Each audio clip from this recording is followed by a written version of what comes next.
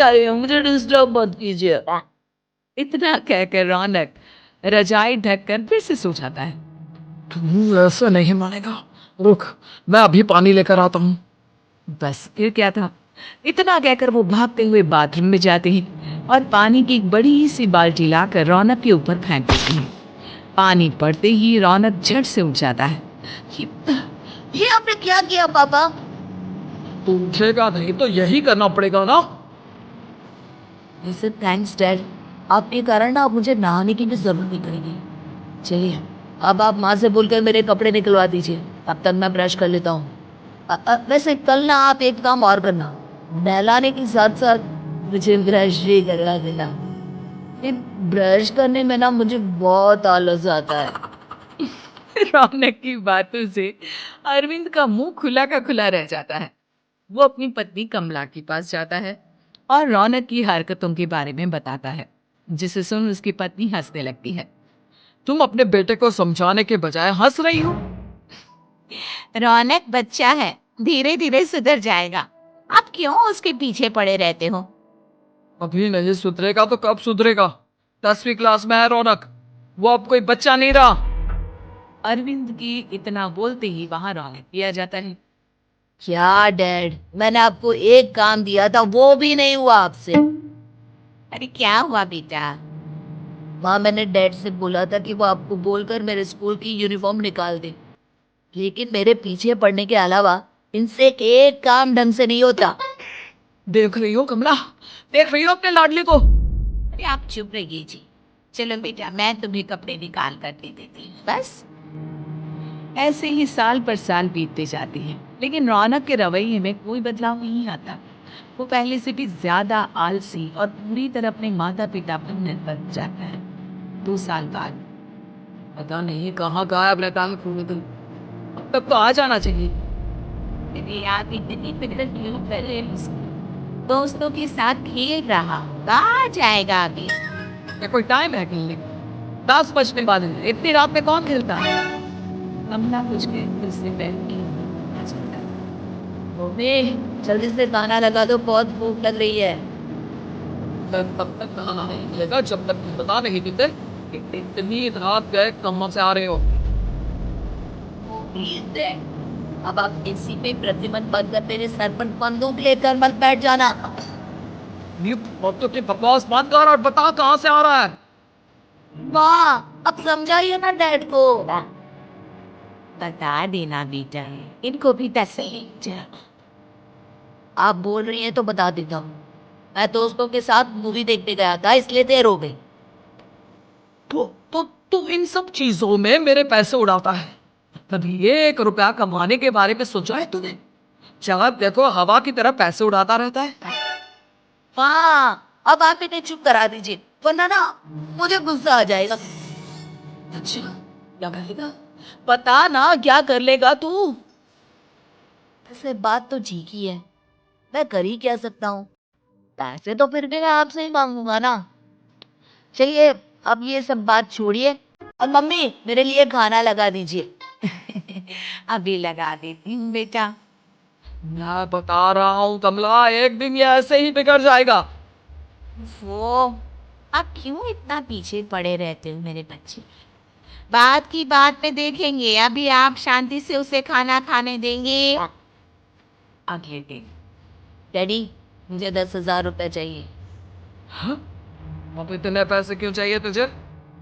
Dad, आप बिना सवाल किए कभी पैसे नहीं दे सकते क्या? जब तक तू बताएगा नहीं तुझे पैसे भी नहीं मिलेंगे। अरे, अब आप अपने बेटे को पैसे भी नहीं दे सकते? नालायक, तेरी उम्र के लोग नौकरी करते हैं और एक तू है जो नौकरी करने का नाम ही नहीं लेता। आप लोगों के होते हुए भला मैं नौकरी क्यों करूं? अरे हम कब तक पैसे देंगे तुझे?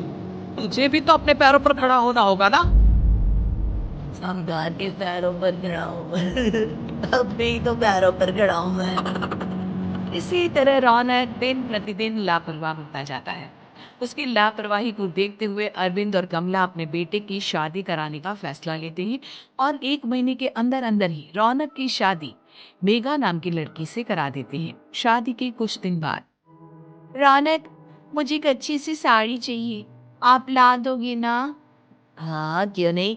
कितने तक की आती है साड़ी? यही करीब 5,000 तक की। तुम चिंता मत करो, मैं आज ही डैडी से पैसे मांगकर तुम्हारे लिए साड़ी ले आऊंगा। आप कब तक ऐसे ही अपने पापा से पैसे मांगते रहेंगे? कोई अच्छी सी नौकरी क्यों नहीं कर लेते आप? डैड के होते हुए मुझे नौकरी करने की जरूरत ही क्या है? पर आप ऐसे कब तक उनसे पैसे मांगते रहेंगे? कुछ आपको अपने दम पर भी तो करना होगा ना। अब तुम भी बाकी लोगों की तरह मुझे ज्ञान देना शुरू मत कर देना। साड़ी चाहिए ना तुम्हें, मिल जाएगी बस। इतना कहकर रौनक अपने पिता से पैसे मांगने चला जाता है। डैडी, मुझे 5,000 रुपया चाहिए। अब 5,000 क्यों चाहिए तुझे? वो मेघा को साड़ी चाहिए थी। अरविंद आगे बिना कुछ कहे चुपचाप उसे पैसे निकाल कर दे देता है। कुछ दिन बाद मैंने लगता कमरा रौनक हम पर पहले से भी ज्यादा डिपेंड हो गया है। मुझे तो अब उसके भविष्य की चिंता होने लगी है। कल को हमें कुछ हो गया तो क्या करेगा? मैं पहले ही सोच लिया हूँ, तो आज हमारा बेटा इतना लापरवाह नहीं होता। तब मुझे कहाँ पता था कि मेरा लाड प्यार उसे इतना बिगाड़ देगा कि वो इस हद तक लापरवाह बन जाएगा। बात नहीं है, अभी भी देर नहीं हुई। मुझे पता है उसे कैसे सुधारा जा सकता है। कैसे? अरविंद हिचकिचाता उससे पहले रौनक वहाँ आ जाता है और पैसे के लिए हाथ फैलाने लगता है। डैड, मैं और मेघा बाहर घूमने जाना चाहते हैं। यार सूरज कहाँ से निकला है? Dad please. अच्छा चलो अब होते की बात करो। मुझे अब 25,000 चाहिए। अब तुम्हें 1 रुपया भी नहीं मिले। अगर तुम्हें पैसों की इतनी ही जरूरत है तो कोई ढंग की नौकरी करो। मम्मी, आप कुछ कहिए ना डैड को। बेटा वो गलत क्या बोल रही है? ये सब हम तेरे भले के लिए ही तो कर रहे हैं। मम्मा, मैंने बताया ना आपको, मुझे नहीं करनी कोई जॉब वॉब। तो ठीक है, निकल जाओ हमारे घर से। और ये जैसे लोगों के लिए मैंने ये घर खड़ा नहीं किया है। जितना ये घर आपका है ना, उतना ही मेरा भी है। मैं कहीं नहीं जाने वाला। जाना तो पड़ेगा ही तुझे, क्योंकि अब मैं तेरा कोई भी खर्चा नहीं उठाने वाला। ठीक है, मत उठाइए मेरा खर्चा। मैं अपने दम पर भी जी सकता हूँ। तो बेशर्मों की तरह अब तक यहाँ क्यों खड़ा है? अपना सामान ले और निकल जाए यहाँ से। रौनक पैर पटकते हुए वहां से चला जाता है। घर से निकालना जरूरी है क्या उसे? बिना पैसों के कौन रखेगा उसे किराए पर? अगर उसका भविष्य सुधारना है तो हमें अपने दिल पर पत्थर रखकर ये कदम उठाना ही होगा। दोनों बात कर रहे होते हैं कि रौनक अपनी पत्नी के साथ एक बड़ा सा बैग लेकर घर से निकल जाता है, लेकिन घर से बाहर उसे कोई भी मुफ्त में अपने घर किराए पर नहीं रखता। अंत में थक हार कर वो फिर से अपने घर चला जाता है। क्या हुआ? थोड़ी देर पहले तो दहाड़ते हुए घर से निकला था, अब क्या हुआ? नहीं रखा ना किसी ने तुझे किराए पर? डैड प्लीज, मैं कुछ दिनों में कोई अच्छी सी नौकरी शुरू कर दूंगा। आप तब तक तो हमें रख लीजिए प्लीज। सुबह से रात हो चुकी है, लेकिन कोई हमें रखने को राजी नहीं है। अब आप ही बताइए, इतनी रात को मैं मेघा को लेकर कहाँ जाऊंगा? ठीक है ठीक है, बहू की वजह से मैं तुझे घर पर रख रहा हूँ, लेकिन तू इस घर में एक बेटे की नहीं बल्कि एक किराएदार की हैसियत से रहेगा। 3 महीने है तेरे पास।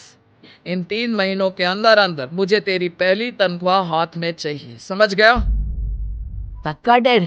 इन 3 महीनों के अंदर अंदर तो कोई बढ़िया सी नौकरी ढूंढ ही लूंगा मैं।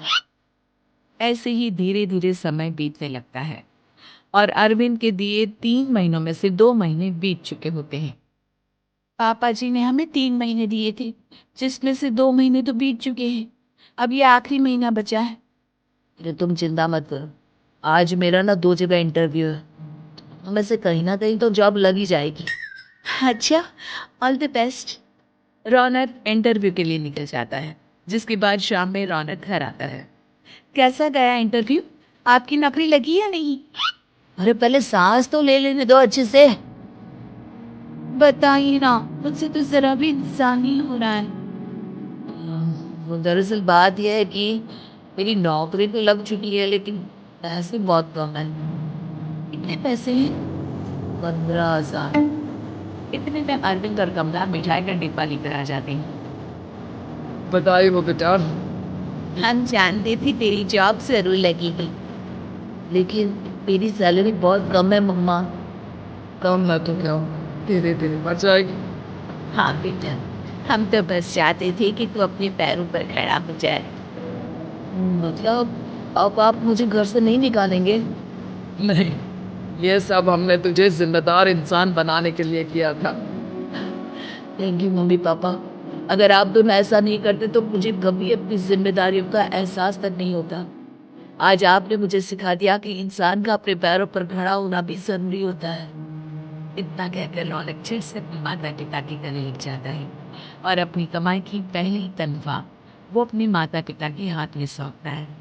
इस तरह रौनक एक गैर जिम्मेदार व्यक्ति से एक जिम्मेदार व्यक्ति बन जाता है।